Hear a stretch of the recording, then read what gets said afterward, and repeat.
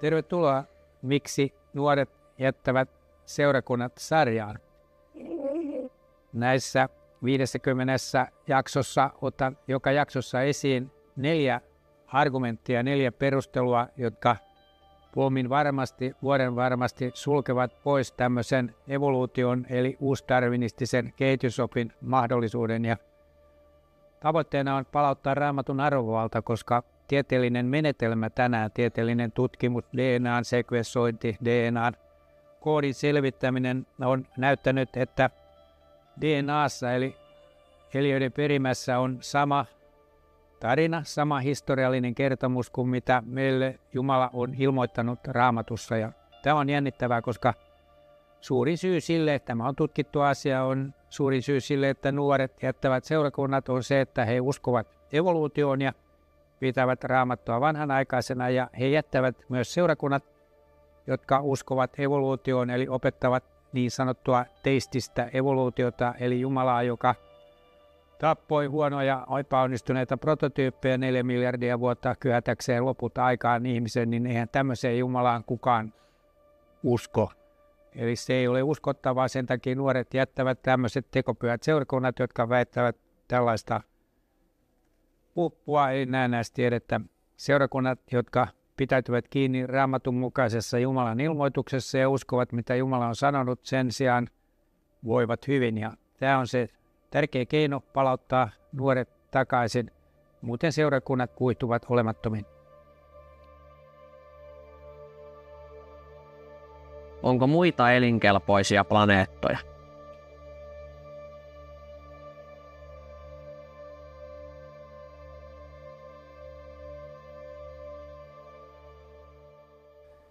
No vaikka olisikin elinkelpoisia planeettoja, niin ei siellä tapahdu yhtään mitään, koska siellä ei ole tätä elämän vaatimaa koodattua informaatiota.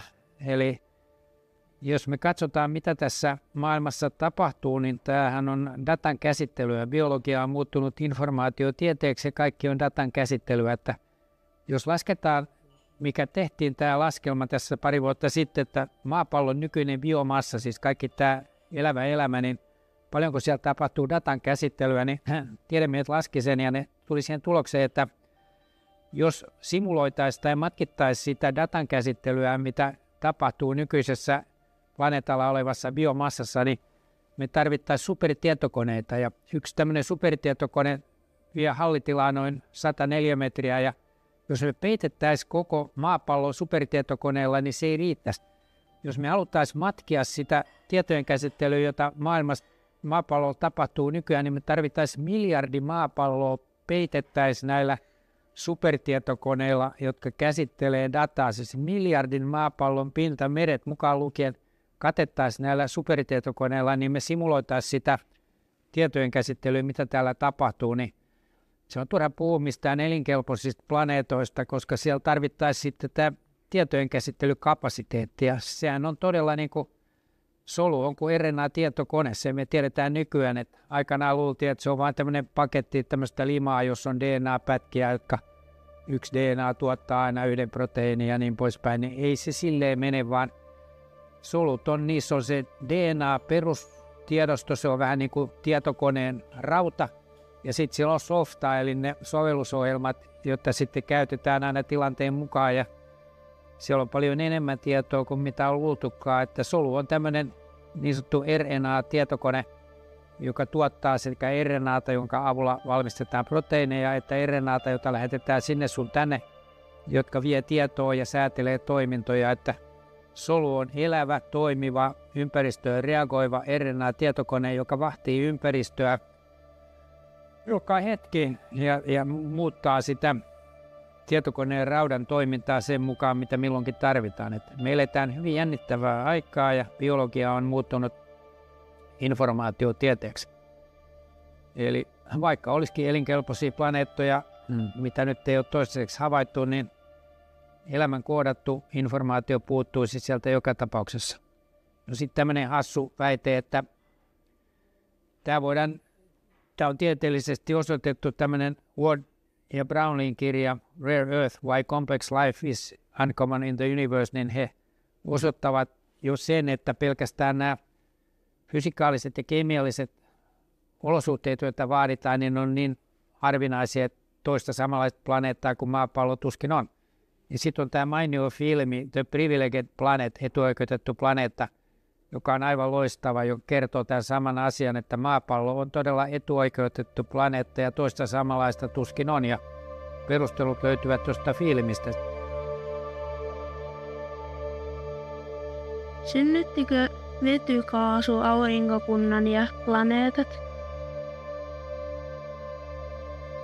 No sitten tämä väite, että vetykaasu suunnittelisi ja rakentaisi sitten aurinkokuntia ja sitten sinne aurinkoja, joissa sitten sisällä tapahtuneissa räjähdyksissä syntyisi nämä kaikki muut aineet, niin tämä on hassutusta, koska jos vety olisi tämmöinen, että se tykkäisi, tämä kaasu tiivistyy planeetoiksi, mitä kaasut ei tee, ei ne tiivisty planeetoiksi, niin vaikka niin tapahtuisikin, niin jos vedyllä olisi tämmöinen taipumus, niin maailmankaikkeuden aineesta 75% on yhä vetyä, että miksi tämä on yhä jäljellä, jos se tykkäisi niin kuin muodostaa aurinkokuntia, niin eihän tässä ole niin kuin, tässä selityksessä mitään järkeä.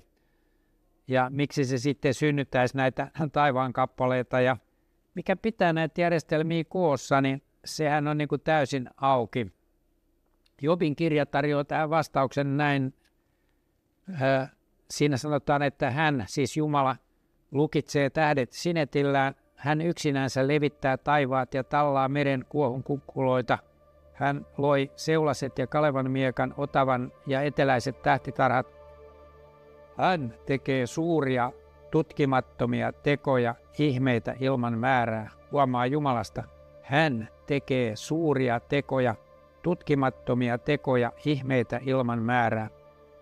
Jumala antaa meidän pikkasen ymmärtää näistä asioista sen verran, että me saadaan häntä ylistää, mutta ei hän meille kaikkea kerro. Se on niin kuin Albert Einstein sanoi aikanaan, että älkää kuvitelkokaan, että Jumala meille kaikkia salaisuuksiaan kertoo. Ei tietenkään. Sittenhän meistäkin tulisi jumalia.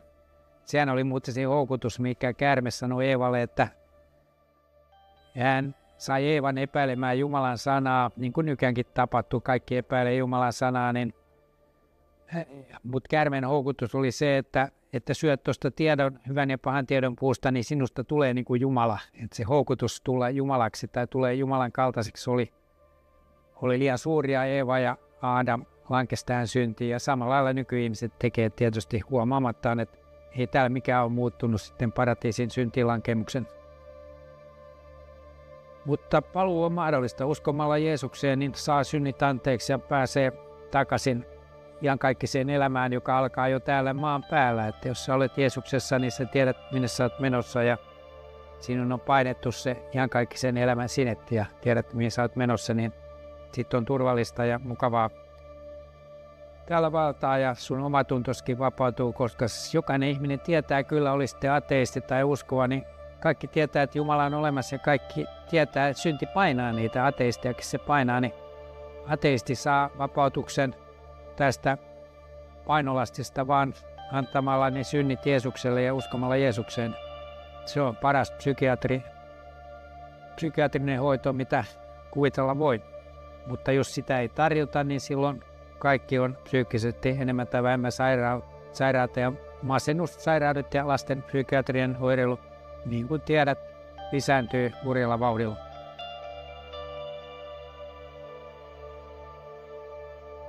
Tapahtuiko 13,8 miljardia vuotta sitten alkuräjähdys?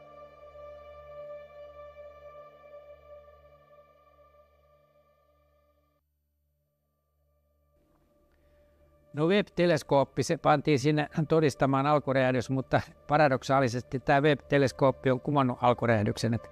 Tämä on aika erikoinen juttu, koska Webb-teleskooppi lähettää semmoisia kuvia ja paljon, jotka ei sovi alkuräjähdykseen ollenkaan. Että nyt tämä valtavan hieno Webb-teleskooppi, jonka piti nähdä maailmankaikkeuden alkuun, niin se onkin nähnyt siellä semmoisen maailman, jossa on galaksijoukkoja, galaksirenkaita ja galakseja, jotka ei sovi ollenkaan tähän alkuräjähdysteoriaan, että Webb-teleskooppi teki tempun. Se osoittaa täysin päinvastoin, että alkuräjähdys ei ole totta, jos Webb-teleskoopin kuviin uskotaan, ja totta kai niihin voi uskoa. Webb-teleskooppi on toisin sanoen kumonnut alkuräjähdyksen. näin on käynyt. No kukaan ei todellakaan tiedä, mikä voima pitää tähtiä galaksissa. Tuossa on kuva galaksista. Miksi se pysyy kasassa, niin ei kukaan tiedä. Ei siellä ole tarpeeksi tähtiä pitämään sitä kasassa, niin tuohon on sitten laitettu, että no joo, pimeä aine pitää sitä kasassa. No mikä ihmeen pimeä aine? Ei kukaan tiedä, mitä se pimeä aine on. Sinne on vaan lisätty pimeätä ainetta, jotta saadaan toi tarina taas pysymään pystyssä jonkun aputeorian avulla. Mutta ei tämmöinen ole mitään tiedettä, se on sadun kerrontaa.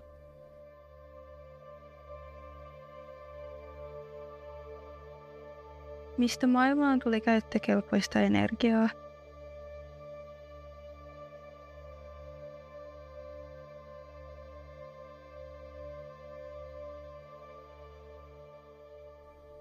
Me ollaan matkalla lämpökuolemaan. Tämä maailmankaikkeus on matkalla lämpökuolemaan ja kun se tapahtuu, niin jäljelle jää vain sama lämpö kaikkialle, eikä mitään voi enää tapahtua.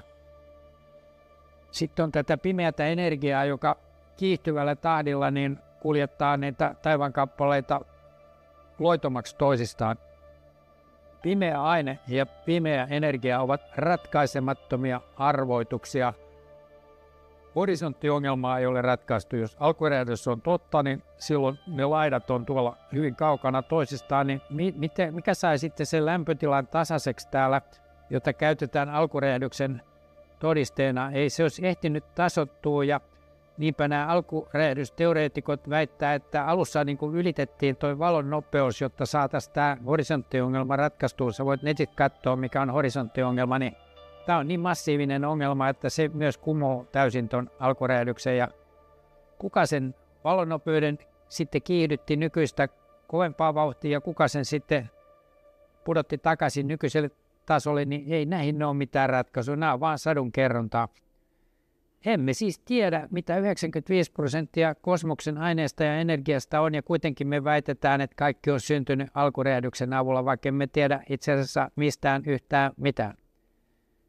Tämä on aika erikoinen tämä tilanne, että kerrotaan tämmöinen hauska tarina, joka vaihtelee niin kuin vuodesta toiseen ja joka on täysin vailla mitään pohjaa. Ei ole mitään niin kuin tieteellisen menetelmän vahvistamaa faktaa, tosiasia, rakennelmaa, joka varmistaisi sen, että nämä tarut alkuräjähdyksestä, alkuliemestä, alkusolusta, alkuihmisestä ja niin edelleen, jotta niissä olisi mitään päätä eikä häntää. Että tässä sarjassa sä huomaat, että tulee 50 jaksoa.